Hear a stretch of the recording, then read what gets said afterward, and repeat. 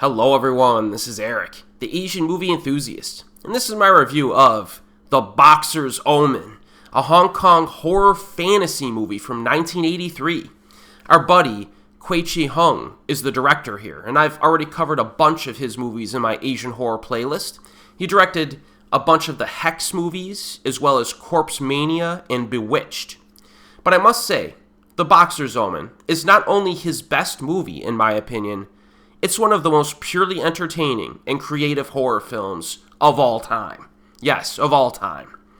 Now, the following plot synopsis was paraphrased from Wikipedia. Chan Hung, played by Phillip Ko, is a Hong Kong gangster. One night, the leaders of his organization are killed by rival gangsters. Hung is abducted, but his captors are killed by an apparition of a Buddhist monk, and he begins to see more religious visions. While traveling in Thailand, he visits a Buddhist temple, seeking information on these weird visions, whereupon he is informed that his coming was prophesied by the temple's deceased head abbot, Qing Zhao. A year earlier, Qing successfully killed an evil magician and disrupted the rituals of another magician. The second magician then retaliated by assassinating Qing, by training spiders to stab him through the eyes with their stingers, killing him just as he was about to achieve immortality. Now, Hung must become a monk, defeat the evil magicians, and help Qing achieve immortality. Oh yes. Do I need to even say anything else? We have monks, we have evil wizards, and we have angry killer animals. And the story progression in this is pretty creative and interesting. Our protagonist needs to accomplish multiple tasks, usually involving spiritual training or obtaining legendary items. And even after he achieves a victory or success against these evil wizards, there's another outrageous obstacle right around the corner that forces him to seek additional guidance or travel to another sacred location, and then power up again. And that's one of the reasons why this film is so entertaining. The conflict is just constantly developing. Now, The Boxer's Omen is basically like a cult horror film that is significantly upgraded by some truly legitimate filmmaking qualities. So just as an example, and this is kind of ludicrous, there are some very unique set designs for like the wizard dens where they perform their spell casting, which should be no surprise because this is a Shaw Brothers movie. However, this film has some crazy Buddhist temples on display, which are no less than gorgeous. They look like actual temples in real life, and I'm kind of surprised these guys were allowed to film in some of these places. You're filming like a crazy cult horror movie involving monks and wizards, and these people allowed you to film in these sacred sites. Some of the architecture is amazing, and that's a big positive.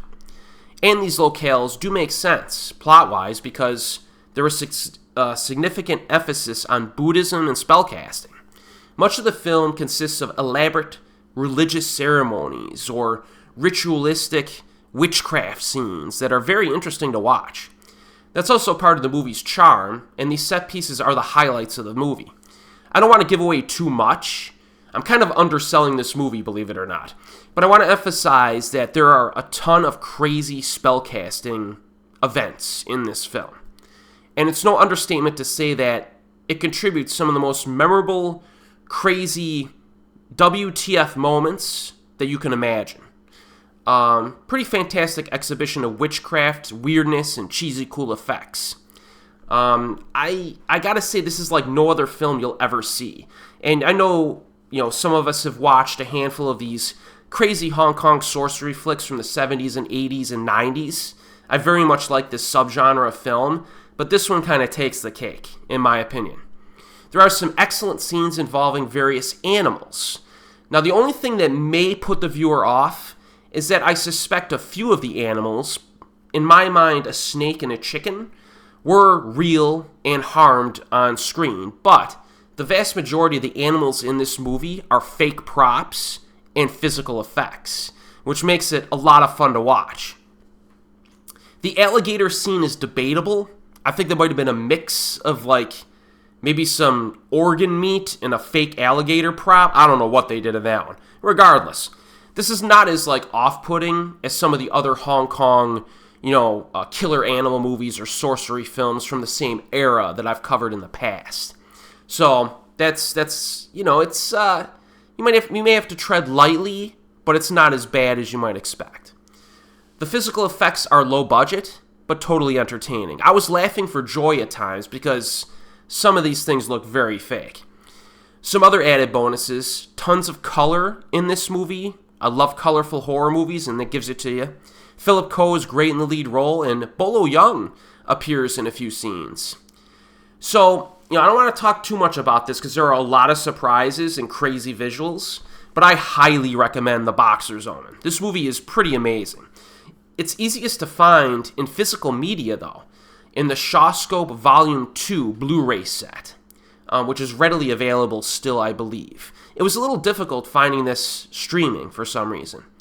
And just a note, a handful of this director's other films, some of which I've previously mentioned in this review, are set to be released in the Shawscope Volume 4 Blu-ray set, which is available for pre-order now. So if you've seen this one, let me know what you think. If you haven't, this is a high priority during the Halloween season. And as always, I'll see you next time.